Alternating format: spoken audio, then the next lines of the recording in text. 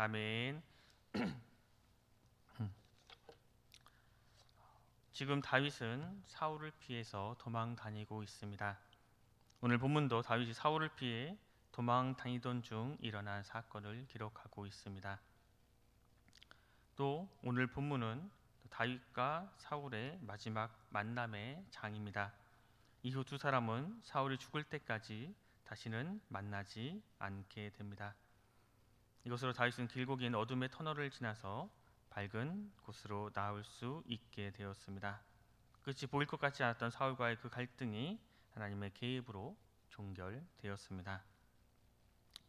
다윗은 사울을 피해 계속 도망 다니던 중에 환난 당한 자, 빚진 자, 마음이 원통한 자들이 다윗에게 모여들었습니다. 약 400명의 무리를 이루게 되었습니다. 이후 다윗은 무리를 이끌고 모압 왕에게 피신하러 갔지만 선지자 갓이 다윗에게 여기에 머물지 말고 유다 땅으로 들어가라는 말씀을 받았습니다. 그래서 그곳을 떠나 다윗과 그의 무리는 유다 광야로 가서 머물게 되었습니다.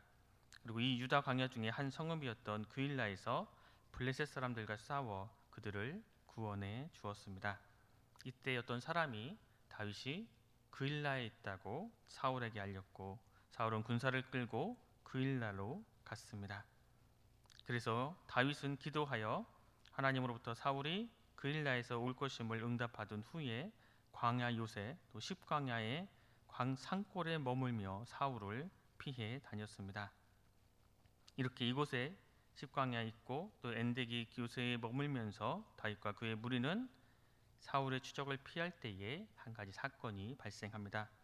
바로 사울이 볼일을 보러 굴에 들어갔었는데 그 굴 안에는 마침 다윗과 그의 사람들이 숨어 있었습니다. 이러한 사실을 몰랐던 사울은 은밀하게 다윗의 사람들로부터 죽임을 당할 수도 있었지만 다윗은 자신의 사람들에게 하나님께서 기름 부은 자를 치는 것을 금하고 대신 사울의 옷자락만 베고 사울을 살려 주었습니다. 이 사실을 뒤늦게 알게 되었던 사울은 다윗을 향해서 내 아들 다윗아 이것이 내 목소리냐며 울었습니다. 그리고 다윗을 축복하고 다윗이 반드시 왕이 될 것이라고 말하고 돌아갔습니다. 그러나 사울의 이러한 감정은 오래가지 않았습니다. 이렇게 사무엘상 오늘 본문 말씀은 26장은 또다시 사울의 그 마음을 돌이켜 또 사울은 다윗을 죽이려고 십광야로 돌아왔습니다. 사해 서쪽 지역인 이 십지역에 거주하는 사람이 사울이 머물고 있던 당시 기브아까지 찾아가 사울에게 다윗이 하길라 산에 숨어 있다고 또 밀고를 했습니다. 그리고 이 소식을 들은 사울은 군사 3,000명을 거느리고 다윗을 죽이러 지금 십광야에 모였습니다. 다윗도 정탐꾼을 보내 사울의 동태를 파악했습니다.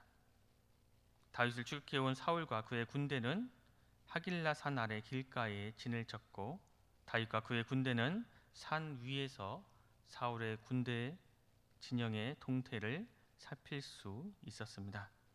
이런 지연적인 우위로 말미암아 지금 다윗은 사울의 일거수일투족을 세밀하게 관찰하고 대비할 수 있었습니다. 이 일을 보면 커다란 위기를 넘겼던 다윗에게 여유가 느껴집니다. 다윗의 군대는 사울의 군대에 전혀 미치지 못할 정도로 약한 군대입니다.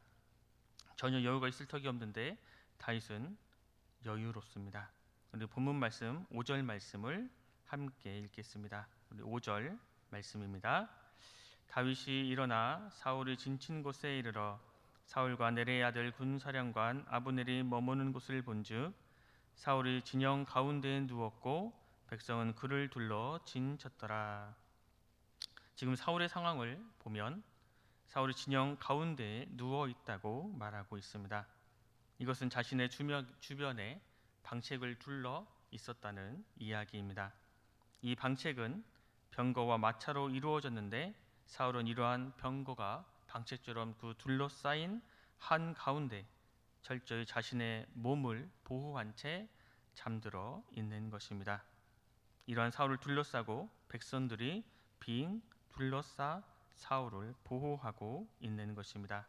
이 백성들은 지금 사울이 뽑아서 데려온 3천 명의 군사들을 이야기합니다.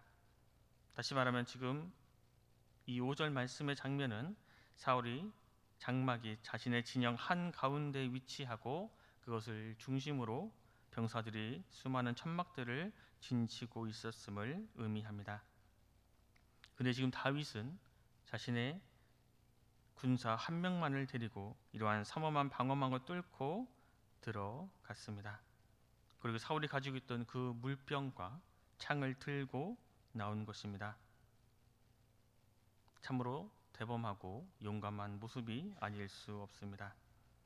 많은 군사들로 둘러싸여야 겨우 잠을 청할 수 있었던 사울의 모습과 비교되는 용감함을 보여주고 있습니다.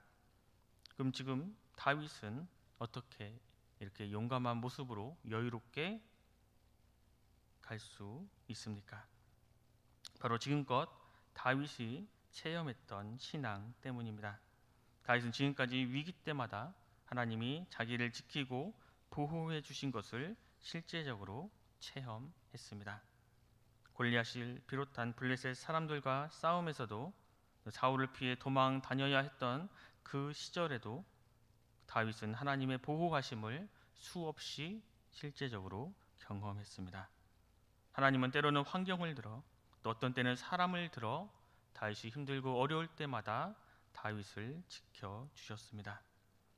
더욱이 그는 최근에 자신을 모욕했던 그 나발이 하나님의 심판으로 인해 죽은 것을 보고 더욱 그것을 경험했습니다. 자기 손으로 피를 묻히지 않아도 하나님께서 자신의 원수들을 알아서 해결해 주실 것이라는 강한 믿음을 가지게 되었습니다. 그래서 지금 다윗은 자신이 얼마 전 살려준 그 은혜를 잊어버리고 또다시 자신을 죽이기 위해 3,000명의 군사들과 자신을 찾아온 사울 앞에 어떠한 미동도 없었던 것입니다. 다윗은 이번에도 자신은 해를 당하지 않고 하나님께서 반드시 자신의 원수를 처리해 주실 것이라는 믿음이 있었습니다. 때문에 다윗은 자신의 부하가 사울을 창으로 찔러 죽이자는 이 말을 듣지 않았습니다. 다윗은 전에 엔드기 굴에서처럼 또다시 사울의 생명을 하나님의 손에 맡기는 모습을 보입니다. 백성들이 보는 가운데 하나님의 주권에 모든 것을 맡기는 그러한 하나님께 온전히 맡기는 리더십을 부하들에게 보여주고 있었습니다. 그가 이러한 모습을 보일 수 있었던 것은 바로 하나님이 자신을 얼마나 사랑하시고 하나님께서 자신에게 얼마나 은혜를 베풀어 주시는지 체험했기 때문입니다. 다윗은 사울을 죽이자는 그 부하 아비새에게 이렇게 말하고 있습니다. 우리 본문 10절 말씀을 함께 읽겠습니다. 10절 말씀입니다. 다윗이 또 이르되 여호와께서 살아계심을 두고 맹세하노니 여호와께서 그를 치시리니 혹은 죽을 날이 이르거나 또는 전장에 나아가서 망하리라. 다윗의 지금 이 말은 놀랍도록 정확한 말씀입니다. 사울은 다윗이 이 말처럼 길보아산 전투에서 최후를 맞이합니다. 다윗의 말처럼 전쟁에 나아가 망한 것입니다. 우리는 이러한 다윗에게서 예언자의 모습을 발견할 수 있습니다. 지도자가 이러한 모습까지 가지고 있으면 그를 따르는 사람들은 참으로 든든할 것입니다. 이러한 일이 몇 년 안에 이렇게 될 것이라고 일어날 것이라고 이야기했는데 그대로 되면 그 지도자의 말을 신뢰하지 않을 수가 없습니다. 그럼 어떻게 이런 모습까지 갖출 수 있게 되었습니까? 앞서 이야기했지만 하나님에 대한 실제적인 체험적 신앙 때문입니다. 다윗은 하나님을 믿되 생각만 하지 않았습니다. 다윗은 하나님의 말씀에 따라 행동을 옮겼고 하나님의 말씀 앞에 순종하며 위태롭고 어려워도 하나님께 온전히 자신의 생명을 실제적으로 맡겼습니다. 우리에게도 이런 실제적인 체험이 필요합니다. 생각만 하고 예배 시간에 말씀만 듣는 것으로는 우리의 신앙이 전혀 자라지 않습니다. 어부는 그물을 바다에 던져야 물고기를 잡을 수 있고 학생은 직접 공부를 해야 그 지식이 늘어납니다. 운동선수들도 이론적으로만 공부해서는 안 되고 운동장에서 직접 운동을 하며 연습을 해야 훌륭한 선수가 될 수 있습니다. 우리의 신앙도 마찬가지입니다. 우리도 실제적인 체험하는 신앙이 필요합니다. 생각만 주님을 사랑한다고, 생각만 주님을 믿는다 하는 게 아니라 그것을 온전히 주님께 맡겨야 합니다. 기도의 중요성만 깨닫고 머리로만 기도는 중요하다 생각하는 것이 아니라, 고개만 끄덕이는 것이 아니라 기도를 직접 해봐야 합니다. 직접적으로 기도해보고 직접적으로 헌신해보고 또 우리가 실제적으로 순종해봐야, 그렇게 자신의 시간과 마음을 하나님께 온전히 드려야 그럴 때 하나님의 함께 하심을 경험하고 그때의 믿음과 신앙이 자라나갈 수 있습니다. 생각만 하는 사람, 마음만 가진 사람은 성장이 없습니다. 실제적인 체험이 있어야 합니다. 다윗은 그런 실제적인 체험이 많았습니다. 실제적으로 다윗은 자신의 모든 것을 온전히 하나님께 맡기고, 그렇게 온전히 하나님께 맡김으로 하나님께서 어떻게 자신에게 역사하시는지 경험했습니다. 그래서 다윗은 그 믿음과 그 신앙이 더욱 성숙해 갈 수 있었던 것입니다.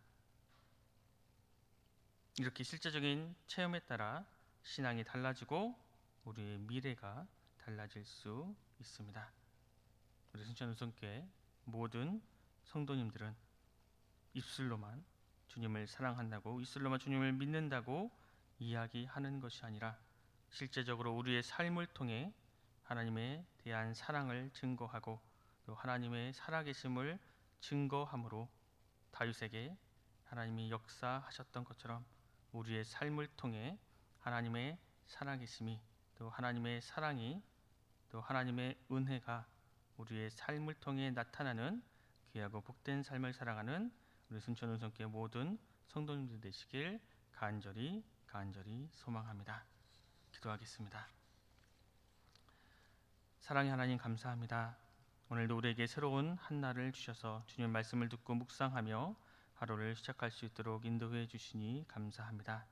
주님, 광야에서 아무런 잘못이 없이 쫓기는 신세와 같을지라도 외면하지 않고 우리를 언제나 인도해 주심에 감사합니다.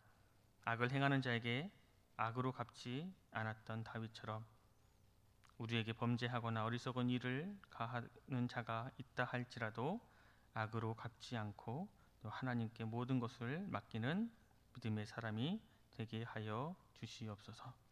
그리고 우리가 이 세상을 살아갈 때에 또 우리가 입술로만 주님을 믿는다고, 또 주님을 사랑한다고 이야기하는 것이 아니라 우리의 삶을 통해 또 하나님의 사랑과 또 하나님에 대한 신앙과 또 하나님의 살아계심이 증거되게 하여 주시옵소서.